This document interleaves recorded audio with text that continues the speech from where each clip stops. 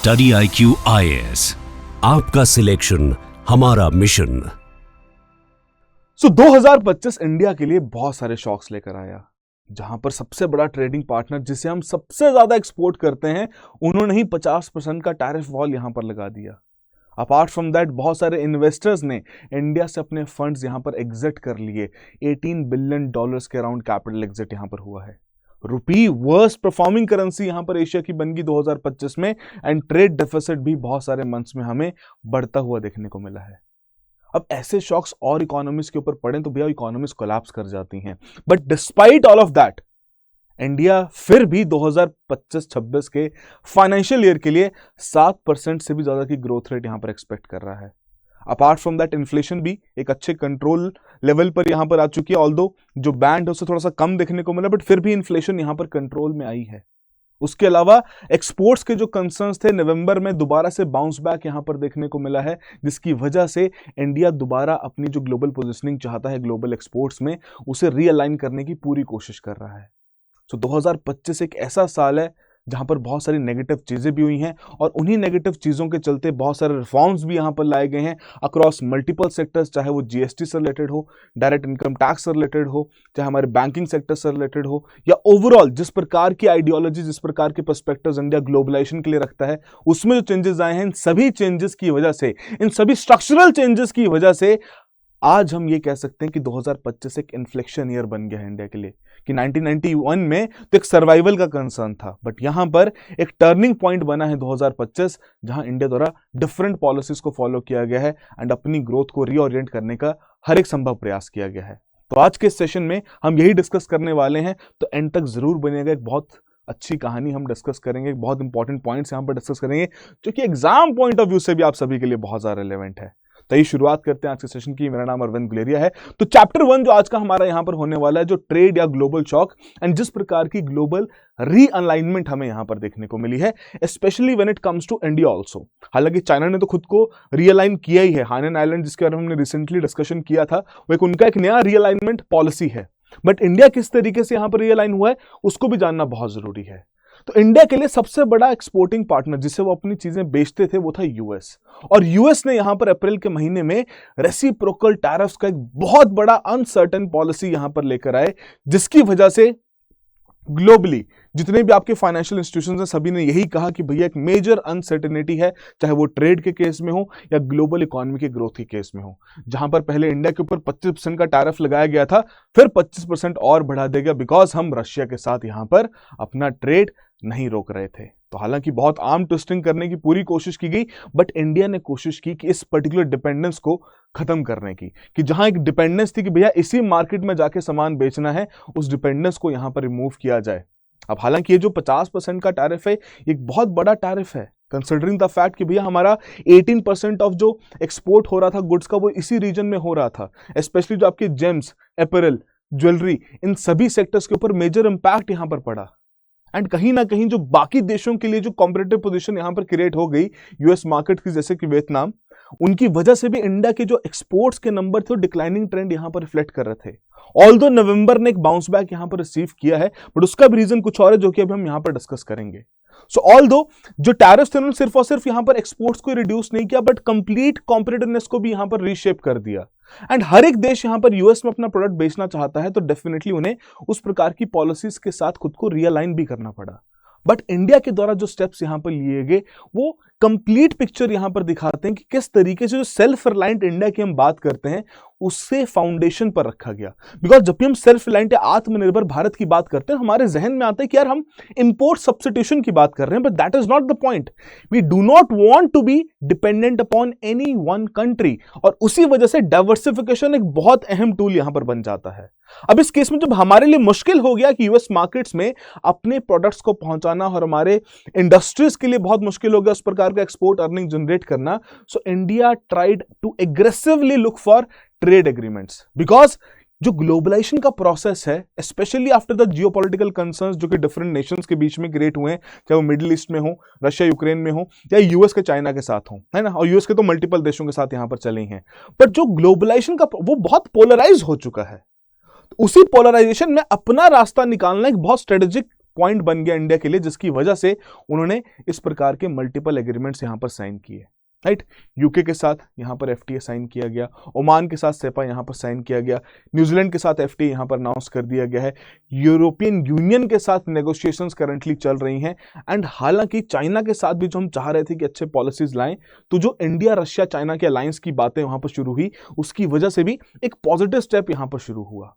Right. But the point is कि concerns बरकरार रहे। एक तरफ पहले यूएस का तो था ही, मेक्सिको ने भी वहां पर अनाउंस कर दिया कि हम भी 50% तक के टैरिफ्स लगाएंगे जिनके साथ हमारा एफटीए नहीं है, right. So India try to manoeuvre those kind of impacts, those kind of shocks with what, with their own set of policies, जहां पर वो डिफरेंट नेशंस के साथ ट्रेड एग्रीमेंट साइन कर रहे हैं। एफ्टा का अगेन इंप्लीमेंटेशन होना शुरू हो चुका है, एफ्टा वाला जो टेपा एग्रीमेंट था। सो दैट इज द आइडिया कि रीअलाइन किया जाए इंडिया को इस पूरे ग्लोबलाइजेशन के प्रोसेस में, और उसी के चलते इन डिफरेंट एग्रीमेंट्स की वजह से इंडिया अपने लिए एक नया रास्ता यहां पर निकाल पाया है। बट इसका मतलब ये नहीं कि हम यहां किसी भी तरीके से यूएस या यूरोपियन यूनियन के साथ किसी प्रकार की अपना रिलेशन नहीं रखना चाहते। डेफिनेटली हमारे लिए अपना जो साउथ ईस्ट एशिया या एशिया रीजन है उसे भी हम यहां पर रियलाइन करना चाहते हैं, वहां से भी हमारी बहुत बड़ी डिपेंडेंस है इंपोर्ट्स की। But at the same time अगर हम कैपिटल की बात करें, जो कि इंडिया के लिए बहुत ज्यादा क्रूशियल है व्हेन इट कम्स टू विकसित भारत, तो उस वजह से वो अपने यूरोपियन यूनियन और यूएस के साथ भी अपने रिलेशंस को, इकोनॉमिक रिलेशंस को यहां पर मेंटेन करना चाहते हैं। सो दैट इज द पॉइंट कि कोई इंडिया यहां पर centre of the value chain में नहीं है, बट एक रेजिलिएंट नोड है जो कि बहुत सारी एंटिटीज के साथ यहां पर कनेक्टेड है। And by realigning the trade policies कहीं ना कहीं वही आइडिया इंप्लीमेंट किया गया ताकि इंडिया इस नए रूप में, जो ग्लोबलाइजेशन का नया रूप है, उसमें एक अपनी नई छवि यहां पर बना सके। एंड उसी का नतीजा अगर हम देखें, बहुत सारी global companies, VinFast being one of those, उन्होंने इंडिया में अपना मैन्युफैक्चरिंग प्लांट एस्टैब्लिश किया, राइट। बिकॉज वैसी पॉलिसीज की स्टेबिलिटी है, उस प्रकार का चाइना +1 कह लीजिए जो रियलाइनमेंट वहां पर डिफरेंट कंपनीज द्वारा फॉलो किया गया, उसका बेनिफिट डेफिनेटली यहां पर इंडिया को मिला है। एंड जिस प्रकार का उन्होंने तमिलनाडु में अपना प्लांट लगाया और उस पर फर्दर $500 मिलियन की और इन्वेस्टमेंट जो यहां पर वो प्लान कर रहे हैं, डेफिनेटली उसकी वजह से हमारे देश का ईवी सेक्टर भी यहां पर रिवोल्यूशनाइज होगा, बिकॉज कॉम्पिटिशन यहां पर इंक्रीज होगा। सो दैट मीन्स इस पूरे ट्रेड टर्मोइल में या ग्लोबल इकोनॉमी के टर्मोइल में इंडिया ने हर एक संभव प्रयास किया है अपनी पॉलिसीज को रियलाइन करने में। एंड जो फायदा जहां से मिल रहा है, चाहे वो रशिया के साथ तेल लेने में हो, यूएई के साथ और रिलेशंस एस्टैब्लिश करने में हो, या यूके के साथ एग्रीमेंट साइन करने में हो, बिकॉज ये एग्रीमेंट्स का जो नेचर है, ऐसा नेचर नहीं है कि जहां पर सिर्फ और सिर्फ ट्रेड की बात की जा रही है। नहीं, टेपा जैसे एग्रीमेंट्स में भैया आपके मिलियंस ऑफ डॉलर्स का इन्वेस्टमेंट प्रॉमिस किया गया है। ओमान के साथ जो हमारा रिलेशनशिप है वो ऑलरेडी बहुत पुराना है, स्ट्रेटेजिक रिलेशनशिप है, उसे और इंटेंसिफाई यहां पर किया गया है। यूके के साथ हमारे जो लेबर मोबिलिटी है उसको और एनहांस करने की कोशिश की गई है। सो that is the idea, it is not just a trade agreement, it is much more beyond that, जहां पर इकोनॉमिक कोऑपरेशन को और स्ट्रेंथन का संभव प्रयास रखा गया है, राइट। सो डेफिनेटली इस पर्टिकुलर एस्पेक्ट में India has played a very good hand, right. Second chapter की बात करते हैं कि जो कैपिटल आउटफ्लोज या फिर जो करेंसी के प्रेशर्स यहां पर पड़े हैं, बिकॉज इस साल डेफिनेटली उस प्रकार के मेजर कैपिटल आउटफ्लोज यहां पर हुए हैं। फॉरेन पोर्टफोलियो इन्वेस्टर्स द्वारा मेजर सेलिंग यहां पर की गई है, क्लोज टू $18 बिलियन की आउटफ्लोज यहां पर देखने को मिले हैं, जिसकी वजह से कंसर्न्स भी रेज हुए। और इन्हीं आउटफ्लोज की वजह से जाहिर सी बात है जो हमारा रुपी है वो और डिप्रिशिएट यहां पर करता गया। एंड बहुत सारे की इवेंट्स यहां पर एसोसिएटेड है इस डिप्रिसिएशन के साथ, कि जहां पर अगर हम बात करें, यूएस के रेसिप्रोकल टैरिफ्स अनाउंस हुए, सडनली भैया यहां पर स्पाइक आ गया, आरबीआई ने रेपो रेट कट किया, चलो थोड़ा सा डाउनवर्ड ट्रेंड यहां पर देखने को मिला, है ना। जो इंपैक्ट था रेसिप्रोकल टैरिफ को, उनको भी यहां पर पॉज किया गया था। इंडिया पाकिस्तान के कॉन्फ्लिक्ट के बाद फिर अनसर्टेनिटी बढ़ी, फिर यहां से आउटफ्लो होने लग पड़ा, राइट। अपार्ट फ्रॉम दैट 50% का जब यूएस टैरिफ यहां पर इंप्लीमेंट किया गया, फिर यहां पर इंक्रीज देखने को मिला, वो इंक्रीज यहां पर चलता रहा, 90 का जो बैरियर था उसे यहां पर क्रॉस कर दिया। हालांकि आरबीआई ने भी यहां इंटरवीन किया, but despite all of that फिर भी यहां पर इंडिया की रुपी को वर्स्ट परफॉर्मिंग करेंसी का यहां पर टैग दिया गया। But at the same point यहां पर जो हमारी डोमेस्टिक सेविंग्स है, जो डोमेस्टिक इन्वेस्टर्स हैं, they have played a very good hand, कि जहां एफपीआईज का आउटफ्लो यहां पर बढ़ रहा है, वहीं पर इनके द्वारा भी उस प्रकार की इन्वेस्टमेंट को यहां पर बढ़ाया गया। जहां पर जो एक बहुत बड़ा हम कहते थे कि भैया ओनरशिप का गैप रहता था कि भैया फॉरेन इन्वेस्टर्स की बहुत ज्यादा ओनरशिप थी इंडिया में, अब डोमेस्टिक इन्वेस्टर्स ने अपनी ओनरशिप को यहां पर इंक्रीज किया, जो कि 15 साल का एक हाईएस्ट रिकॉर्ड यहां पर एस्टैब्लिश हुआ है। सो although the foreign investors have exerted the Indian market, but domestic investors का जो परसेप्शन था वो और स्ट्रेंथन यहां पर हुआ, और उसकी वजह से खासकर रिटेल पार्टिसिपेशन जो यहां पर बढ़ी है, उसने एक बहुत अहम रोल यहां पर निभाया है। And to further talk about the forex reserve, जो कंसर्न भी यहां पर रेस किए जाते हैं कि करेंसी डेप्रिशिएट हो रही है, तो इंडिया के लिए करेंसी डेप्रिसिएशन क्यों एक मेजर क्राइसिस में कन्वर्ट नहीं हुआ? बिकॉज हमारे पास उस प्रकार के फॉरेस्ट रिजर्व्स अवेलेबल हैं और वो फॉरेस्ट रिजर्व सफिशिएंट हमारे एक्सटर्नल डेट की पेमेंट भी करने में। एंड मोर ओवर इसी करेंसी डेप्रिसिएशन का इंपैक्ट हमारे एक्सपोर्ट्स को भी यहां पर मिलता हुआ देखने को मिल रहा है। Although I am not saying that we have achieved that kind of manufacturing capacity जहां पर हम अपने क्वालिटी के ऊपर दुनिया भर में एक्सपोर्ट कर सकें, but despite all of that वो रुपी डेप्रिसिएशन का इफेक्ट यहां पर रहा है। एंड आरबीआई ने भी हर एक संभव प्रयास किया है उस प्रकार के रुपी डेप्रिसिएशन को कंट्रोल करने के लिए डॉलर रुपी स्वैप ऑप्शंस के माध्यम से। But the point is forex reserves अभी भी यहां पर स्टेबल हैं, अभी भी हमारा एक्सटर्नल डेट हम इजीली यहां से रीपे कर सकते हैं। एंड कोई ऐसी एक बहुत अर्जेंट रिक्वायरमेंट भी नहीं है जहां पर हमें अपने एक्सटर्नल डेट की रिपेमेंट यहां पर करनी हो। तो डेफिनेटली डेप्रिसिएशन का रीजन कहीं ना कहीं ग्लोबल जो टर्मोइल चला है वो भी बहुत बड़ा रीजन है, बिकॉज डॉलर एक तरफ यहां पर स्ट्रेंथन होता गया है, यूएस ने जिस प्रकार की अपनी पॉलिसीज यहां पर फॉलो करी है ताकि वो डॉलर को एक तरीके से और स्ट्रेंथन यहां पर कर सके, अपनी इंपोर्ट डिपेंडेंस यहां पर कम कर सके, तो डेफिनेटली डॉलर की सप्लाई तो यहां पर कम होगी ही और उसका स्ट्रेंथन होना एक बहुत आमूमन सी बात है। But at the same time जो एग्जिट यहां पर हुआ डेफिनेटली उसका इंपैक्ट रुपी डेप्रिसिएशन के ऊपर देखने को मिला है। तो अभी हम और भी चैप्टर्स में यहां पर बहुत इंटरेस्टिंग पॉइंट डिस्कस करेंगे, बट बिफोर दैट सिंपल सा सवाल आप सभी के लिए कि इनमें से आपके कौन से जो कि लार्जेस्ट कंपोनेंट है इंडिया के फॉरेन एक्सचेंज रिजर्व्स के? 4 ऑप्शंस आपको यहां पर दिए गए हैं, थोड़ा सोचिए, बहुत इजी सवाल है, चैट बॉक्स और कमेंट बॉक्स में जरूर मेंशन कीजिए। एंड अगर आप भी सिविल सर्विस एग्जामिनेशन की तैयारी कर रहे हैं एंड किसी भी तरीके से इकोनॉमी सब्जेक्ट अगर आपको थोड़ा टेक्निकल लगता है और दिक्कतें आप फेस कर रहे हैं, तो we have already covered Arthnomic series on the YouTube, आप जाके उसे चेकआउट कर सकते हैं। एंड इस पर्टिकुलर टेलीग्राम चैनल का भी हिस्सा बन सकते हैं जहां पर हम मॉक क्वेश्चंस, करंट अपडेट्स, ये सभी चीजें डिस्कस करते हैं। This is the QR code, आप इसे डेफिनेटली स्कैन कर सकते हैं। Apart from that, if you want to have a word with me, this is my contact number, you are more than welcome, आप मुझसे भी बात कर सकते हैं। Apart from that, since currently भैया वो न्यू ईयर और क्रिसमस का फेज यहां पर चल रहा है, तो स्टडी आईक्यू द्वारा भी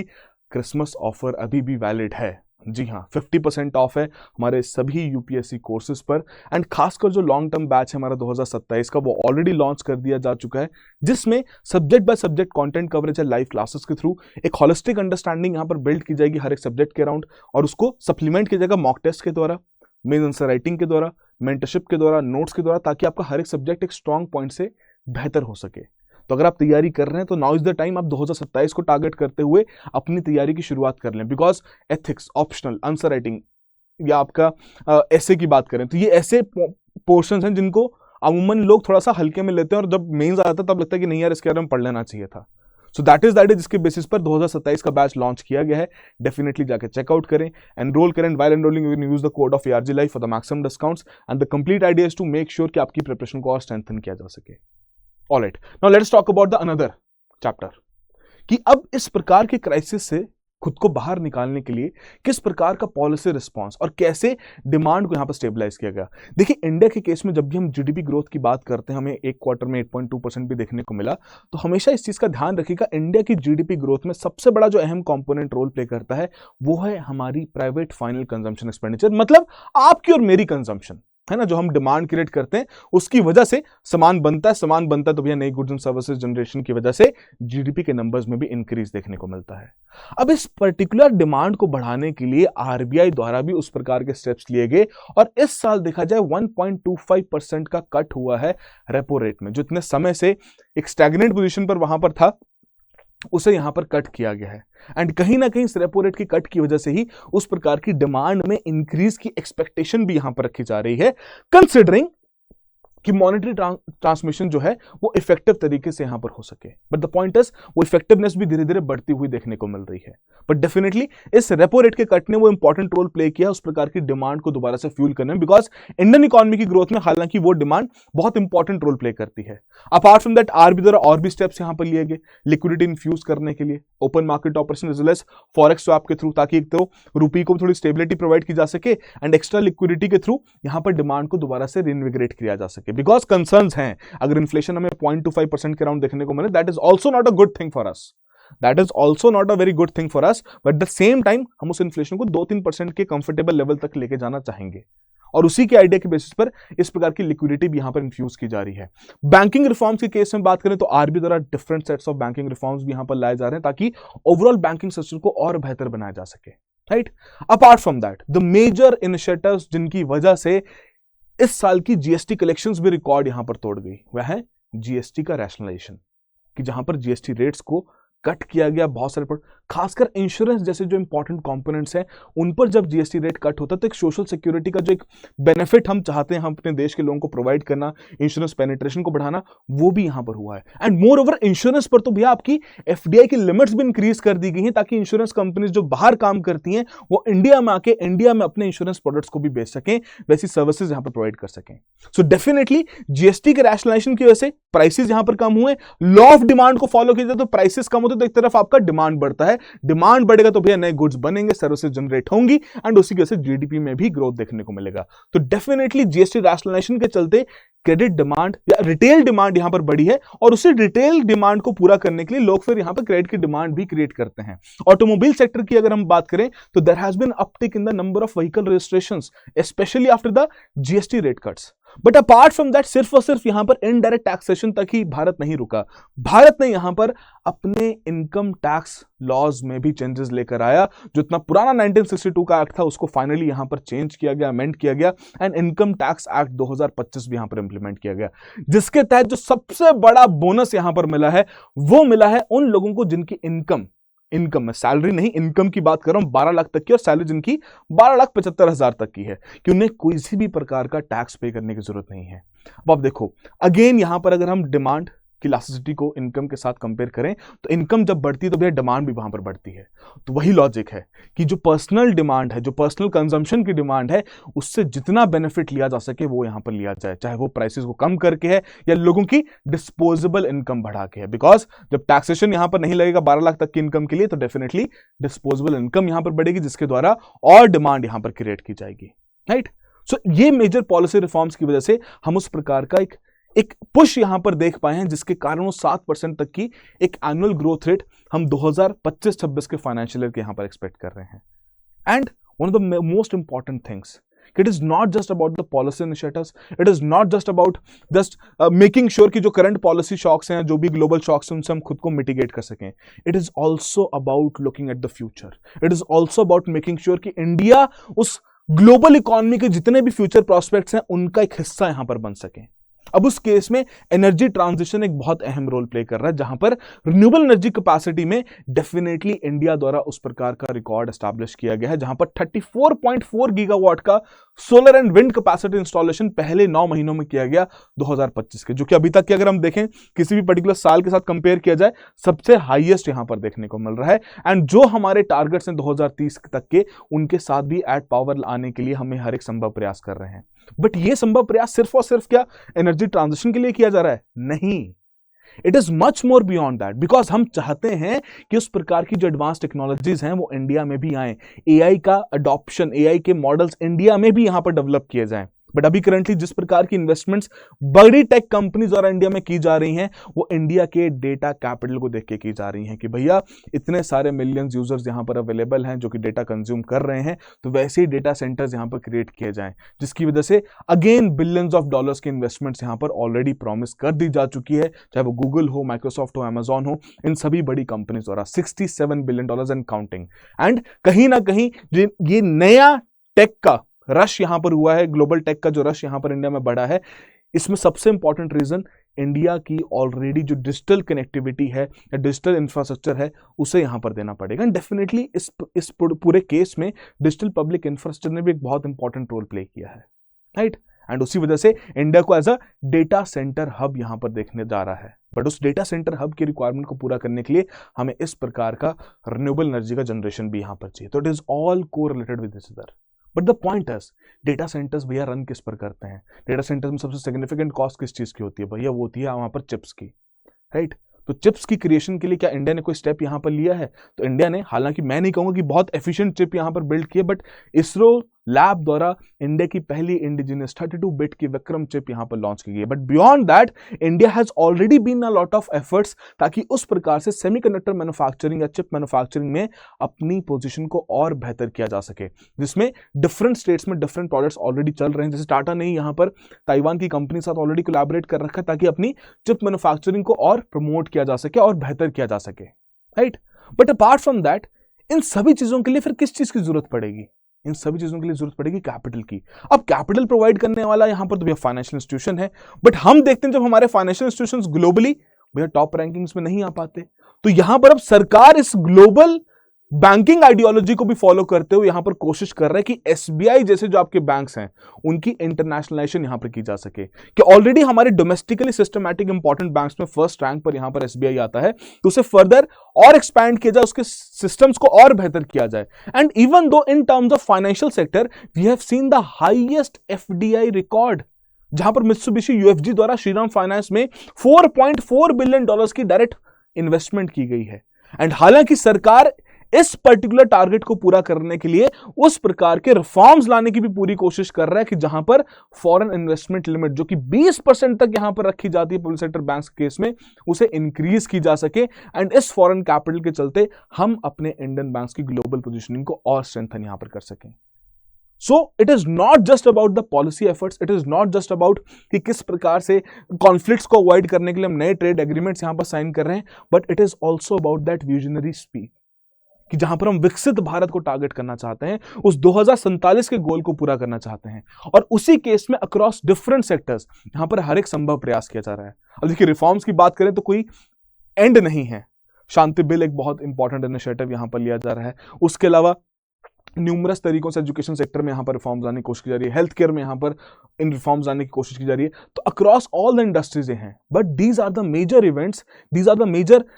इंसिडेंट्स, जो बिजनेस इवेंट्स यहां पर हुए हैं, जिनकी वजह से इंडिया ने अपनी करंट पोजीशनिंग को भी यहां पर स्ट्रेंथन किया है, रेजिलिएंट बनाने की हर एक संभव प्रयास की है। And in the longer run जो ये जिस प्रकार के डेटा सेंटर्स, एआई या ओवरऑल सेमीकंडक्टर्स मैन्युफैक्चरिंग, सभी चीजों के ऊपर जो फोकस रखा जा रहा है, उसके थ्रू हम चाहते हैं कि हमारा जो फ्यूचर है वो भी उस प्रकार का ग्लोबल इकोनॉमी के साथ यहां पर रेजोनेट कर सके। बट इंडिया के केस में सबसे बड़ा कंसर्न क्या कहा जाता है कि इंडिया में रिसर्च एंड डेवलपमेंट के नाम पर बहुत कम पैसा खर्च होता है, जो ग्रॉस एक्सपेंडिचर है वो बहुत ही कम है। उसी को रिजॉल्व करने के लिए सरकार द्वारा उस प्रकार की 1 लाख करोड़ का कॉर्पस भी यहां पर अनाउंस किया गया, ताकि प्राइवेट इन्वेस्टमेंट आर&डी में यहां पर बढ़ाई जा सके, और जिसके लिए ये फंड आपका स्पेसिफिकली टेलर किया for the private sector, unlike the अनुसंधान नेशनल रिसर्च फाउंडेशन जो कि सपोर्ट करता है एकेडमिक इंस्टीट्यूशंस को, जो पहले सपोर्ट करा था। बट अब नया फंड जो यहां पर बनाया गया 1 लाख करोड़ का, ये आपका प्राइवेट इन्वेस्टमेंट को इंक्रीज करने के ऊपर फोकस करा, ताकि आर&डी को भी यहां पर प्रमोट किया जा सके।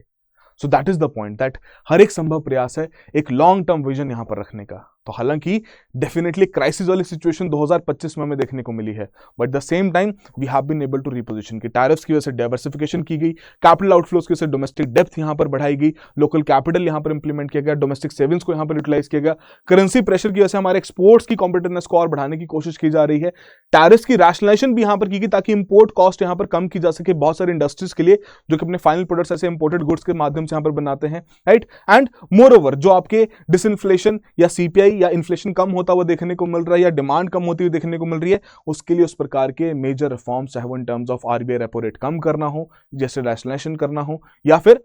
12 लाख तक की इनकम पे नो टैक्स करना हो, ये सारे रिफॉर्म्स यहां पर लाए गए हैं। तो इंडिया ने यहां पर पेन को अवॉइड नहीं किया, इसे यूज किया है, एंड जिसकी वजह से जो 1991 के तो रिफॉर्म्स डेफिनेटली एक सर्वाइवल वाले पॉइंट वाले रिफॉर्म्स थे, बट 2025 के reforms which has been a year of reforms, it is about repositioning India in terms of global economy. तो अब देखते हैं 2026 किस तरीके से होने वाला है। आपका क्या ओपिनियन है कि इंडिया ने किस तरीके से परफॉर्म किया है? बिल्कुल डेफिनेटली चैट बॉक्स और कमेंट बॉक्स में जरूर मेंशन कीजिएगा। तो आई होप आप सभी के लिए कुछ ना कुछ वैलिडेशन यहाँ पर जरूर हुआ हो। So that will be all the very best, have a good preparation. Study IQ IAS, आपका सिलेक्शन हमारा मिशन।